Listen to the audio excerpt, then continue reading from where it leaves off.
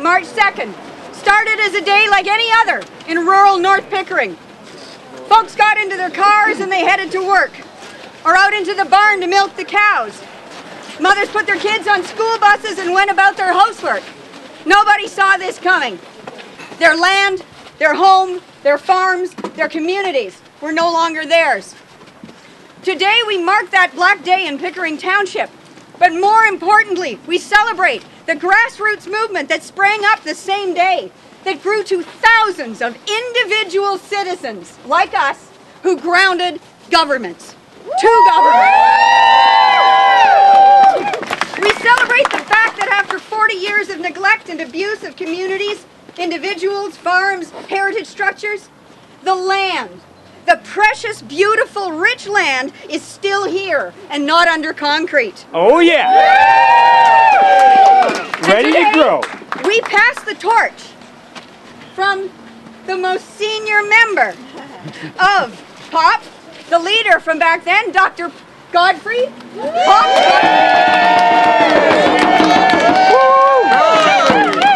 We're passing it to the next generation, so if she's going to carry the torch, we're going to go back to the hall, and when we get settled in there with our guests of honors at the head table, that's when we will meet some of these people or plains folks and have a party. Let's celebrate saving this land and keep it going. Land forever! Airport never!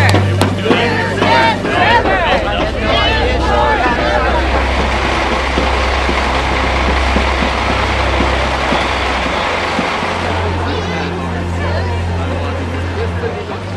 Oh, yeah. Good.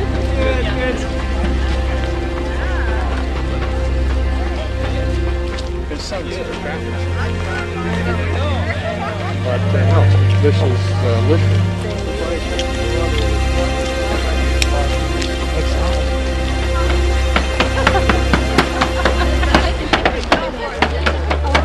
You want her to make supper? She's going to have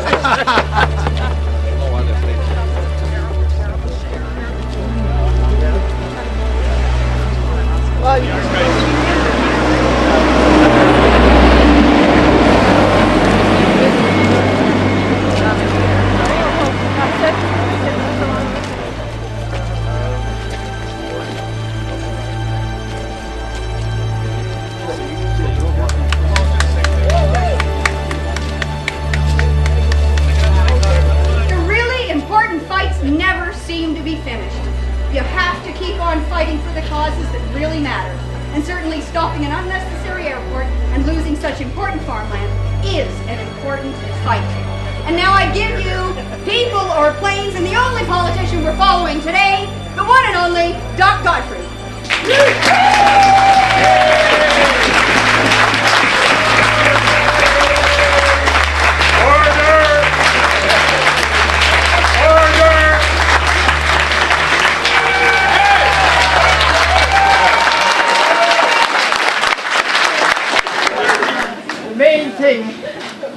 must realize you've just begun the fight. As you know, it took us 4 years to do it, and it just required a combination of being goddamn stubborn. We won't give up before the government because we can outlast the government any time, and that's all you have to do.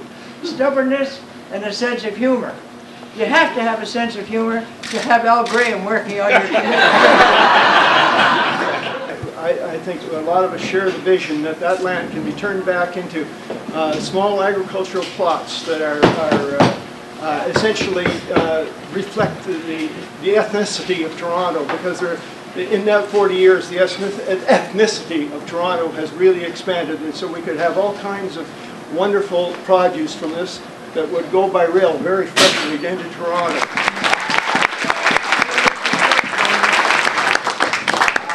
You know what I love about this is when we did the Green Door, we talked about foodlands, we talked about water, we talked about clean air 40 years, and we were laughed at. You guys aren't laughing.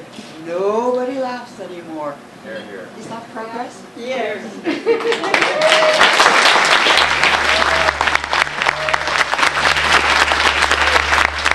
We have a dream. It's coming true. It's important to us. It's important to you. This land is a jewel, a national treasure. Its value so great, it's impossible to measure. If we destroy this GTA food basket, we put food security in a casket. This land means clean air, not a foul air port. It's, I just want to run up the stairs and shout from the steeple, it's the last Class 1A that still remains. From its destruction we must refrain. A place to reap needs a place to sow. Our grandchildren need this place to grow. Food for the future, food for now. We all need it, 100%. This is not pie in the sky, this is bread on the table.